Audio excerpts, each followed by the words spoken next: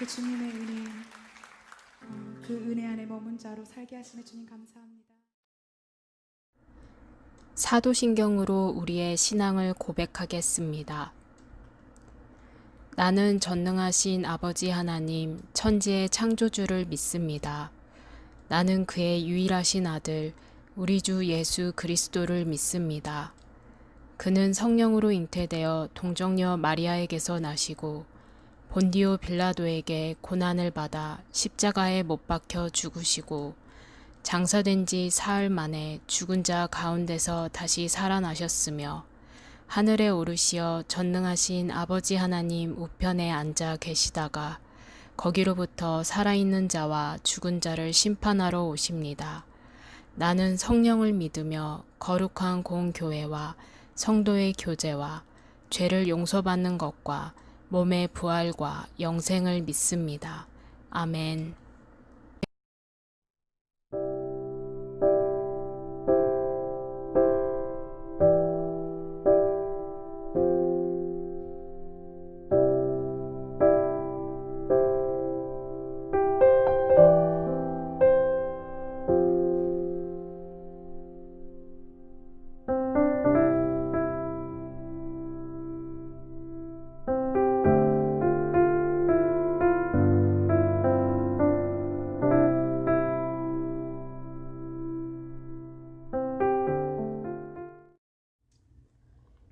오늘 우리에게 주신 하나님의 말씀은 레위기 4장 1절에서 3절 말씀입니다. 레위기 4장 1절에서 3절 말씀입니다. 함께 말씀을 찾아 읽도록 하겠습니다.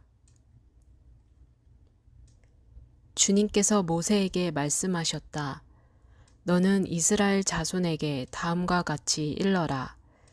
어떤 사람이 실수로 잘못을 저질러 나 주가 하지 말라고 명한 것을 하나라도 어겼으면 다음과 같이 하여야 한다.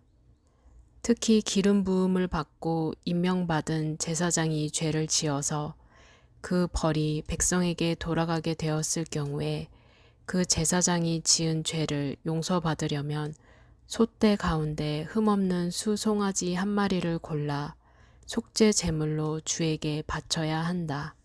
아멘.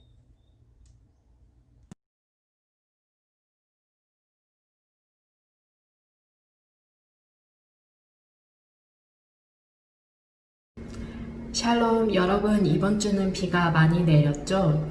땅을 적시는 비처럼 오늘의 예배가 여러분의 몸과 마음과 생각을 하나님의 사랑과 은혜와 깨달음으로 충만하게 채워주기를 바랍니다. 하나님께서는 이스라엘 자손들을 이집트에서 탈출시키신 뒤에 시내산에서 이스라엘 자손과 언약을 맺습니다. 그 과정을 간단하게 살펴보면 하나님의 말씀을 잘 듣고 지키면 이스라엘 자손들을 하나님의 거룩한 백성으로 삼으시겠다고 하나님께서 말씀하셨습니다. 그리고 나서 하나님께서 모세에게 십계명과 여러 사회 도덕법을 알려주십니다. 모세는 하나님께서 알려주신 모든 말씀과 율례를 이스라엘 자손들에게 전했고 이를 들은 이스라엘 자손들은 이렇게 약속을 합니다. 여호와께서 말씀하신 모든 것을 우리가 준행하리이다. 그리고 모세는 언약의 상징으로 희생 제물의 피의 반은 제단에 뿌리고 나머지 반은 이스라엘 자손에게 뿌리며 이렇게 말합니다. 이는 여호와께서 이 모든 말씀에 대하여 너희와 세우신 언약의 피니라. 창세기 20장에서 31장까지 하나님께서 이스라엘 자손에게 주신 율례가 나옵니다. 하나님께서 주신 율례는 어떤 특성을 가지고 있는 것일까요? 첫 번째로 하나님 사랑입니다. 하나님과 하나님의 거룩한 백성으로의 관계로 살아가기 위한 율례를 하나님께서 주셨습니다. 두 번째로 이웃 사랑입니다. 이는 사회, 윤리, 도덕적 법으로 하나님의 의가 이웃과의 관계 가운데 이루어지도록 하나님께서 주신 율례입니다. 세 번째로 자연 사랑입니다. 이는 땅, 가축 등과 관련된 율례로 하나님과의 관계, 이웃과의 관계뿐만 아니라 하나님께서 지으신 다른 창조물과도 잘 지내도록 주신 율례입니다. 하나님께서 이스라엘 자손에게 율례를 주신 것은 이 율례로 이스라엘 자손을 억압하려는 것이 아니라 하나님의 창조세계 가운데 위로는 하나님과 옆으로는 온 우주 만물과 조화와 평화를 이루며 사랑의 관계를 유지하기 위한 것입니다. 그런데 여기서 한 가지 재밌는 질문을 해보아도 될 것 같습니다. 과연 하나님께서는 사람들이 이 모든 율례를 다 지킬 수 있을 것이라고 생각을 하셨을까요? 하나님의 말씀을 다 지키겠다던 이스라엘 자손들의 다짐은 40일을 넘지 못합니다. 모세가 하나님께 돌판을 받으러 하나님과 40일 동안 시내산에 머무는 가운데 이스라엘 자손들은 금송아지 형상을 만들어 하나님께서 첫 번째와 두 번째로 이스라엘 자손에게 주신 계명을 어겨버립니다. 하나님은 사람의 연약함을 잘 알고 계십니다. 그리고 이스라엘 자손들은 이제 막 하나님의 거룩한 백성으로 나아가는 걸음마 단계였습니다. 이는 구약의 이스라엘 자손을 지나 신약의 이스라엘 백성에게 예수님께서 한 차원 더 높은 의를 지킬 것을 요구하신 것을 보면 알 수가 있습니다. 그리고 하나님께서 이 금송아지 사건이 있기 전에 이미 제단을 만드는 법과 제사를 이끌어갈 제사장 위임과 관련된 법, 그리고 하나님과의 관계를 회복시킬 수 있는 제사와 관련된 법을 이스라엘 자손에게 알려주셨습니다. 출애굽기에 나오는 속죄와 관련된 제사는 제사장 위임식과 관련된 것으로 레위기에서 알려주는 5개의 제사법처럼 구체적이지는 않습니다. 하지만 하나님과 화해할 수 있는 길이 있음을 미리 알려주신 것으로 볼 수 있습니다. 금송아지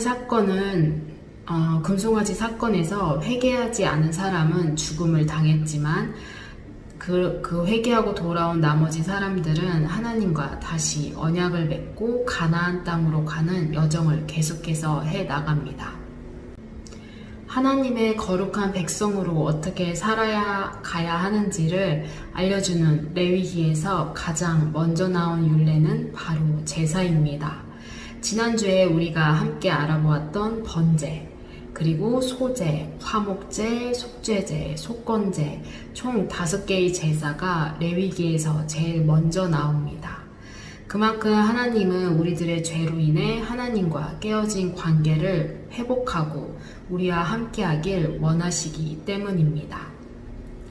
오늘 말씀은 속죄제와 관련된 율례입니다. 속죄라는 말은 어떤 사람이 지은 죄에 대하여 그 대가를 치르고 죄사함을 받는 일을 뜻하는 단어입니다. 따라서 속죄제는 하나님께 지은 죄를 속하기 위해서 동물의 희생 제사를 드리는 것입니다. 속죄제를 언제 드리는지 말씀을 통해서 알아볼까요? 레위기 4장 2절 말씀입니다. 레위기 4장 2절 말씀을 같이 읽어보도록 하겠습니다.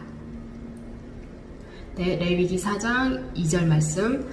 너는 이스라엘 자손에게 다음과 같이 일러라. 어떤 사람이 실수로 잘못을 저질러 나 주가 하지 말라고 명한 것을 하나라도 어겼으면 다음과 같이 하여야 한다. 하나님께서 주신 율례를 하나라도 어기면 속죄제를 지내야 한다고 하고 있습니다. 죄는 하나님의 말씀을 어기는 것을 말하며 죄는 하나님과 우리들의 관계를 멀어지게 하는 것입니다. 모든 인류의 조상인 아담과 하와가 선악과로 죄를 짓자 그들은 하나님으로부터 숨었습니다. 아담과 하와는 하나님께 다가가지 못했습니다. 이와 같이 우리도 죄를 지으면 하나님으로부터 멀어집니다. 누구보다도 더 그러한 관계를 원치 않으셨던 하나님은 이스라엘 자손들에게 속죄제를 알려주셔서 계속해서 깨어진 관계를 회복시켜 주셨습니다. 처음에는 무엇이 죄인지도 몰랐던 이스라엘 자손들은 하루하루 살아가며 하나님께서 주신 율례 앞에 죄에 대하여 깨닫고 자신들이 죄를 짓지 않을 수 없는 존재임을 알았을 것입니다.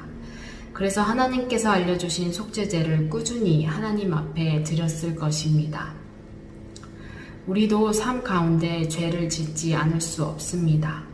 매일 말과 행동과 생각으로 죄를 짓습니다. 하지만 우리들은 하나님과의 관계를 유지하기 위해 이스라엘 자손들처럼 속죄제를 드리지 않아도 됩니다. 왜일까요? 예수 그리스도께서 단번에 영원히 유효한 속죄 제사를 십자가에서 이루셨기 때문입니다. 예수 그리스도께서 친히 제사를 수행하는 대제사장과 속죄제의 희생 제물이 되셔서 우리들의 죄의 값을 대신 치러 주셨습니다. 우리가 좀 전에 같이 읽었던 레위기 4장 2절 말씀을 다시 살펴보면 속죄제를 드리는 경우에 해당하는 조건이 나옵니다. 조건에 해당되는 부분에 대해서 제가 읽어보도록 하겠습니다. 어떤 사람이 실수로 잘못을 저질러 나 주가 하지 말라고 명한 것을 하나라도 어겼으면, 하나님의 명령을 어긴 경우인데 이에 대한 선제 조건으로 실수로 잘못을 저질러 라고 나옵니다. 하나님의 명령을 그냥 어긴 것이 아니라 실수로 저지른 경우에 대해서 속죄제를 지내라고 하고 있습니다. 의도적이지 않고 무의식적으로 하나님의 명령을 어긴 경우를 말하고 있습니다. 이 말을 조금 더 생각해 보면 하나님께서 주신 말씀과 율례를 알고 인식한다면 우리는 죄를 짓지 않을 수 있다라고 볼 수 있습니다. 죄의 유혹은 치명적입니다. 때로는 죄 짓는 것이 우리에게 이득이 되는 것 같고 행복을 가져다 줄 것처럼 보입니다. 그러나 죄의 시작은 달콤할지 몰라도 그 끝은 처절합니다. 그럼 우리는 어떻게 죄를 짓지 않을 수 있을까요? 첫 번째로 하나님의 말씀을 인식해야 합니다. 잠언 119편 105절을 보면 주의 말씀은 내 발에 등불이며 내 길에 빛입니다 라고 나와 있습니다.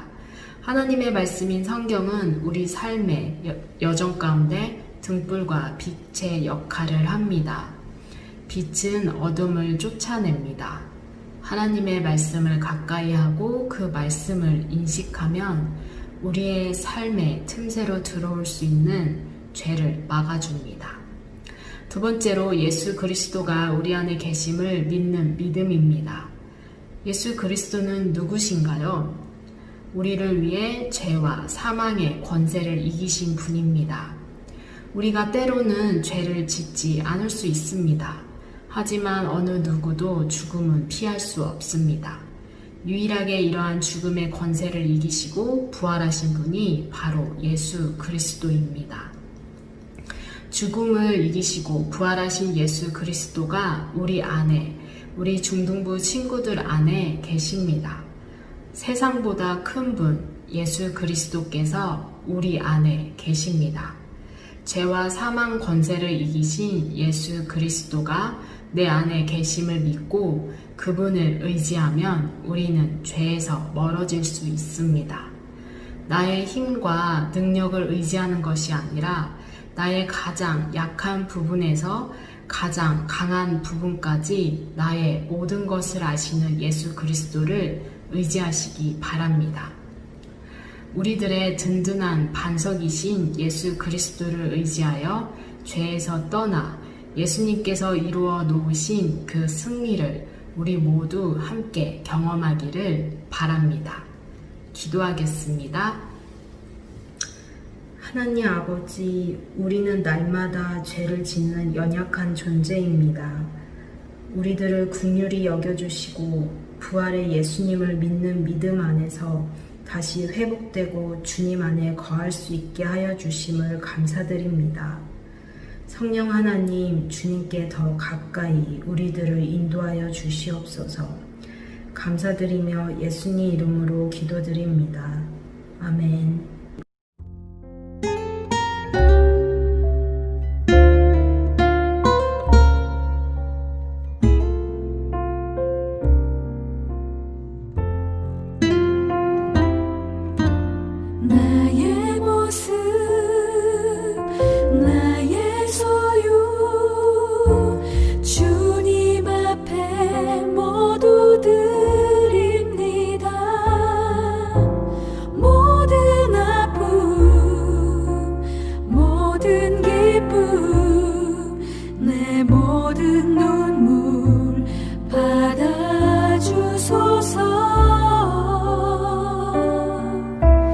나의 생명을 드리니 주 영광 위하여 사용하옵소서. 내가 사는 날 동안에 주를 찬양하며 기쁨의 제물 되리.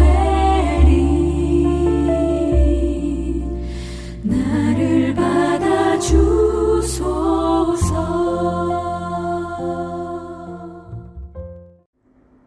봉헌기도 하겠습니다. 좋으신 하나님, 이 시간 저희들의 정성을 모아 하나님께 헌금을 드립니다. 우리가 가진 모든 것은 주님의 것이며 주님께서 허락하신 것입니다. 마음을 다해 드리는 예물을 통해 하나님 영광 받으시고 이 예물을 주님께서 기뻐하시는 곳에 사용하여 주세요. 예수님 이름으로 기도드립니다. 아멘. 주기도문 하겠습니다. 하늘에 계신 우리 아버지, 아버지의 이름을 거룩하게 하시며 아버지의 나라가 오게 하시며 아버지의 뜻이 하늘에서와 같이 땅에서도 이루어지게 하소서. 오늘 우리에게 일용할 양식을 주시고 우리가 우리에게 잘못한 사람을 용서하여 준 것 같이 우리 죄를 용서하여 주시고 우리를 시험에 빠지지 않게 하시고 악에서 구하소서. 나라와 권능과 영광이 영원히 아버지의 것입니다. 아멘.